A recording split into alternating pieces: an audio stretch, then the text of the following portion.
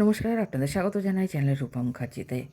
আজকের এই গুরুত্বপূর্ণ ভিডিওতে আমরা আলোচনা করব পশ্চিমবঙ্গ সরকারের নতুন ঘোষণা, বকেয়া ডিএ নিয়ে অবশেষে কী জানালো রাজ্য, কারাই টাকা পাবেন এবং সবচেয়ে গুরুত্বপূর্ণ টাকা কবে ও কীভাবে আপনার অ্যাকাউন্টে যাবে।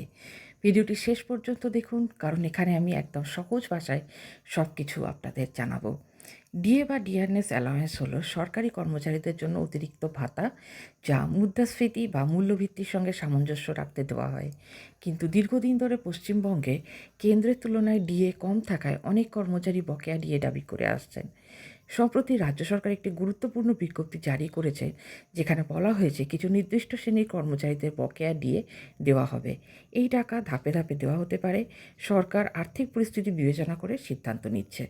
তবে সব কর্মচারী একসাথে এই সুবিধা পাবেন কিনা সেটা এখনও পরিষ্কার নয়। কারা পাবেন ডিএ?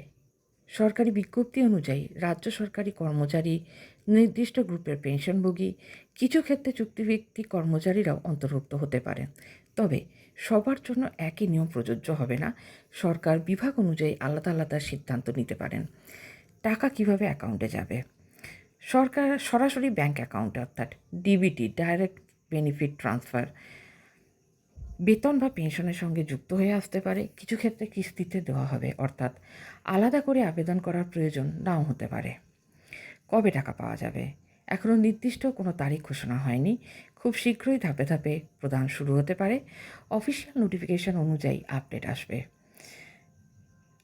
ভুয়ো খবর বা সোশ্যাল মিডিয়ার গুজব থেকে আপনারা দূরে থাকুন। শুধুমাত্র সরকারি নোটিফিকেশন ফলো করুন। নিজের ডিপার্টমেন্টের অফিসিয়াল আপডেট চেক করুন। ভিডিওটি যদি ভালো লাগে অবশ্যই লাইক, শেয়ার, কমেন্টস করুন এবং চ্যানেল সাবস্ক্রাইব করুন। আর কমেন্ট করে জানান আপনি কি মনে করেন সবাই বকেয়া দিয়ে পাওয়া উচিত। দেখা হচ্ছে পরের ভিডিওতে। ভালো থাকবেন। ধন্যবাদ। নমস্কার।